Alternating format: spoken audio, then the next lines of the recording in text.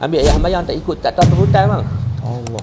Kita tahu tangan mulut kita tahu, tapi tak tahu tangan mulut kaki mana dulu, tak tahu. Pasti aku gegar demi maruah agama aku takkan gentar. Jadi masa tu datang tak macam satu benda macam setengah orang ni nak datang ni, kita panggil sebagai hidayah lah orang kata. Saya waktu malam, waktu PKP tu, saya jaga kelab tu. After that dia bagi KL lah? Di Kedah. Oh, Kedah. Di Kedah. Oh, Saya dia jaga, Kedah jaga tu pak. Itu jadi kedai tu memang saya jaga. Jadi barang-barang macam arak semua saya yang ijaz masuk. Jadi bila marah malam tu dia marah saya, dia kata, "Ish, baliklah keluar lah sebab kita takut polis main ambush dekat sini." Saya nak tunjuk saya punya power, saya bagi tahu, tak ada apalah, jangan risaulah, semua benda ni boleh okey kau team. Tapi bila dia timing dengan saya tu, saya bergaduh dalam kelab yang saya jaga. Oh, Bila jadi panas. jadi panas. Itu baru bila saya jumpa, saya rasa tak puas hati, tak seronok. Sampailah saya buat kelab tu sampai tutup. Betul saya balik rumah tu saya rasa macam tak kena pula.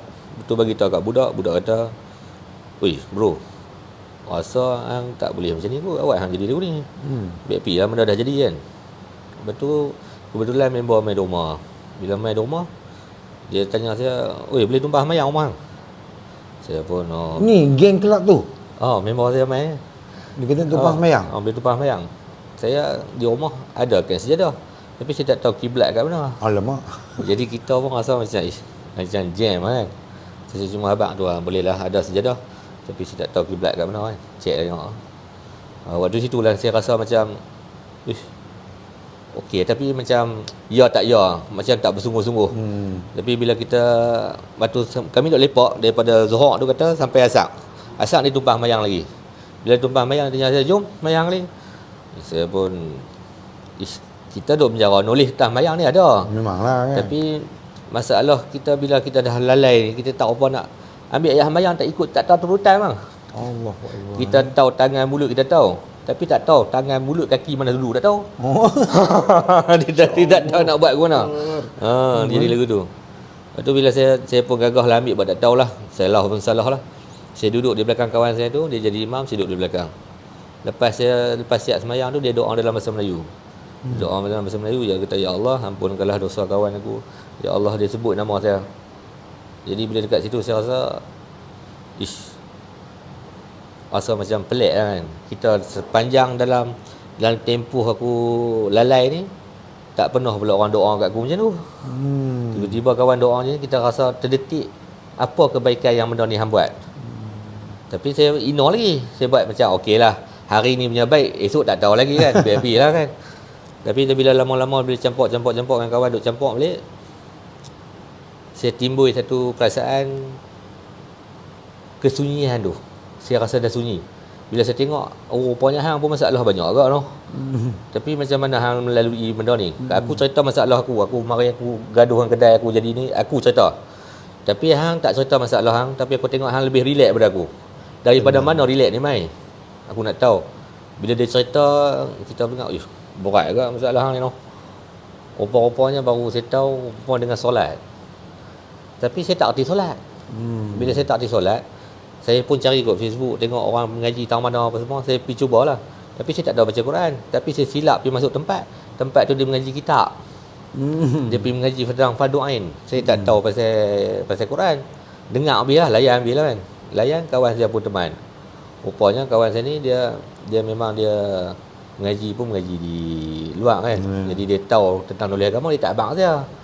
Jadi bila kita tengok tentang perubahan itu, saya rasa kena cuma belajar lah.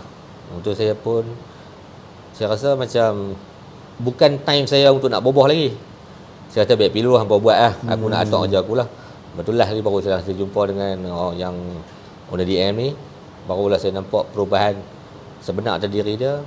Barulah saya rasa saya untuk nak berjuang bersama dengan dia. Dan saya pun tak boboh ya bang. Saya pun masih alung yang sama lagi macam dulu. Kalau saya boboh jadi baik, hari ni saya buat pengurusan KK Halung. Orang pijak muka saya dah kan. Saya kira orang tanya, "Abang, saya pinjam Halung." Astagfirullahaladzim, buat habis pinjam pula kan. Jadi baik sangat, susah pula kan. Jadi payah kan. Mujur di waktu usia ni Allah campakkan supaya kita rasa tenang, jiwa kita tenang. Kita takut bukan apa, orang yang tenang sekarang ni tiba-tiba di usia yang tua pula dia jadi tak tenang. Itu kita takut sebenarnya Betul. dalam kehidupan kita. Sebab perubahan ni sakit bang. Betul. Sakit bang. Yelah, kita nak tinggalkan macam-macam kan. Sakit. Nak tinggal satu hal dengan ujiannya lagi. Kadang-kadang kita sampai kita sebab kita tak ada knowledge agama.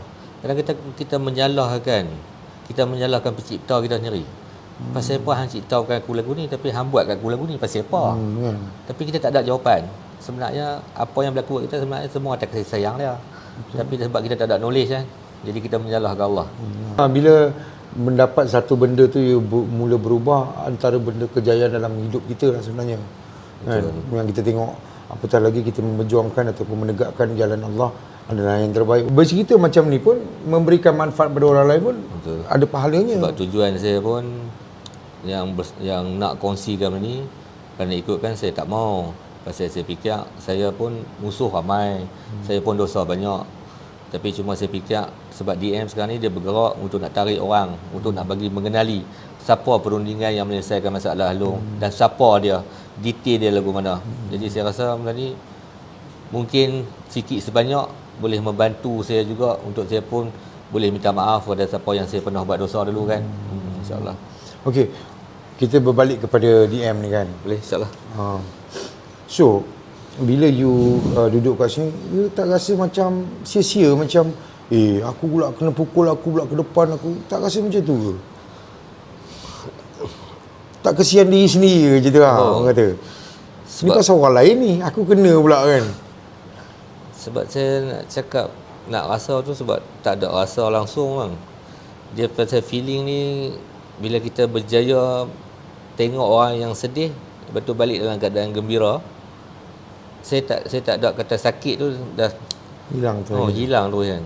Betul, bila kita dapat perasaan, bila sebenarnya hidayah ni kita kena cari. Bila kita tengok orang tu dia mula dia kata, ya abang tak apa bang, saya betul nak mengaji Quran, saya betul nak ni, saya dululah lama tinggal. Jadi kita duk playback balik kita punya dulu macam mana. Bila dia, walaupun kita tahu dia game kita, dia semata-mata nak lepaskan tengkok dia, kita tahu. Tapi cerita sinetron waktu tu dengan kita tu menyentuh kita. Dan kita rasa berbaluinya hari ni aku tolong hang, aku boleh bagi hang satu senyuman tu pun dah okey. Sebab takat hari ni kalau nak ceritakan macam KK Halong, konten banyak bang, konten mencerita. Zaman kita nak cerita zaman 10 tahun dulu, Halong secara berdepan, street fight ada dengan sekarang adalah benda yang berbeza. Sekarang ni sangat nipis. Sekarang ni kita kata pressure mental ya. Nak kata nak fight betul-betul tak ada sangat pun. Kita kira nisbah dah lah. Kita dah 32 juta rakyat Malaysia. Kalau kita kira 0.01, 32 biji rumah. Ada tak bakar hari-hari? Tak ada juga. Adakah 32 suri rumah kena rogo? Tak ada juga. Dia nisbah. Semua orang terikat dengan undang-undang. Tapi dipropagandakan jadi buruk. Ini sebenarnya. Dia macam tu. Dia bila orang yang ceritakan rumitnya tentang benda tentang kes Alun dan gangsterism, pasal dia bukan ahli dia. Dia bukan ahli dia. Jadi dia bercakap, jadi benda tu nak dia menambah. Benda ni susah, benda ni akan buat lagu ni, pergaduhan akan berlaku ni apa semua. Sebab hang bukan ahli. Jadi sebab tu banyak cerita dia. Kalau hang ahli dalam bidang tu, kalau macam chef, dia main masuk di dapur, dia tengok ada barang apa semua, dia boleh jalan dah. Tak boleh duk pompa-pompa banyak. Tapi bila dia bukan ahli, garam ni kami pakai garam dulu tak kena, hak ni tak kena. Dia macam-macam lah. Dia macam-macam PR kan. Jadi itulah cerita di sebalik tu sebenarnya. Betul. Orang tak tahu kan. Orang tak tahu. Jadi bila you dah betulkan keadaan dalam masa tu kan, orang kacau tak sekarang ni, orang kacau ke apa ke? Saya alhamdulillah, saya pun ada keluarga. Tapi bila saya, itu yang kita tak tahu daripada pengurusan saya daripada budak sampai ke hari ni, ditetapkan sekarang ni bila saya adalah team leader daripada team collector. Jadi bila saya boleh secure saya punya budak dalam tempoh yang lama dan semua ikut turut kita. Jadi bila mula ni bila dekat DM, saya tak rasa ianya jadi beban ataupun kata orang ugut. Tak ada lah bang. Konten semata-mata.